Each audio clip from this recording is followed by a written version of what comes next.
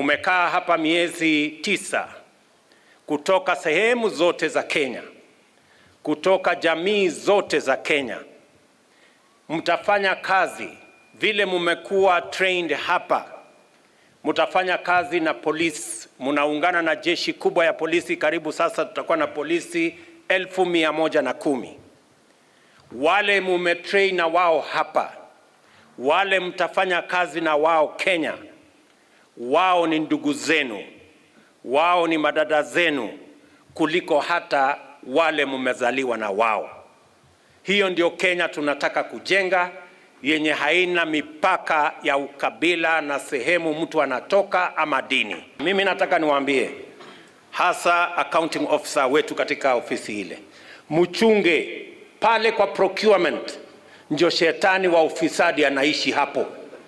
Mchunge hapo kwa procurement, kwa sababu hapo ndio pesa ya hawa askari itaibiwa na hawa askari hawatapata haki yao.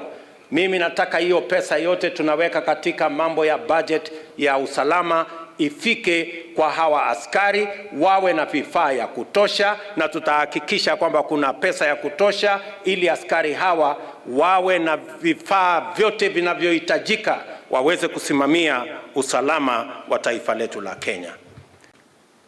Vijana wangu, mimi nataka niwaambie tunawapenda sana, tunawatakia heri. I pray for you and your families as you embark on serving our great nation.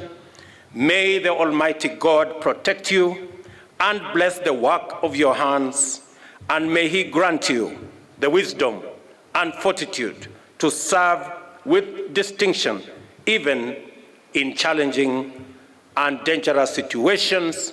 God will see you through, and I look forward to working with each and every one of you in building a great nation, the nation of Kenya.